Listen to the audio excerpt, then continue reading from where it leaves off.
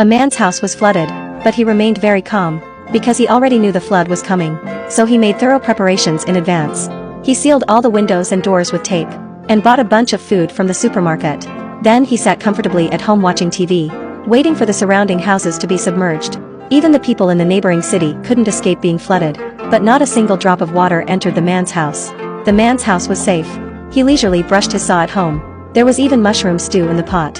But he overlooked one thing. He forgot to seal the ventilation opening. Water gushed in through it. In no time, it reached his feet. The man might have been a bit dazed from eating mushrooms. He didn't react even when the house started flooding. When the water level rose, the man started ironing his clothes. The mushroom must have been too strong. By the time the light bulbs went out, the man calmly went upstairs, put on his earphones and took a bath. He was safe, but his dog was just unlucky. Looking at all the water in the room, it didn't know where to go. Scared, it jumped into the water.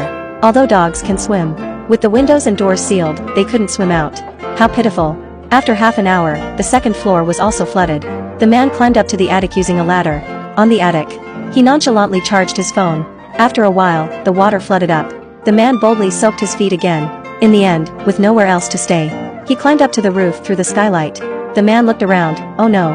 The entire city had become an ocean, except for his rooftop leaking. The man thought he was done for.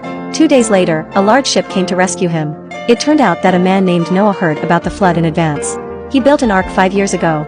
At that time, the man laughed at him for being foolish. Now he knew that the fool was himself. Noah saved a ship full of people and a group of animals. But because there were too many people, there wasn't enough to eat. They all went hungry. Fortunately, the flood receded after only 3 days. A dove of peace flew out. The animals safely disembarked from the ship. So, in the face of great disasters, blind confidence will only harm oneself. Seeking reasonable help is the smart move.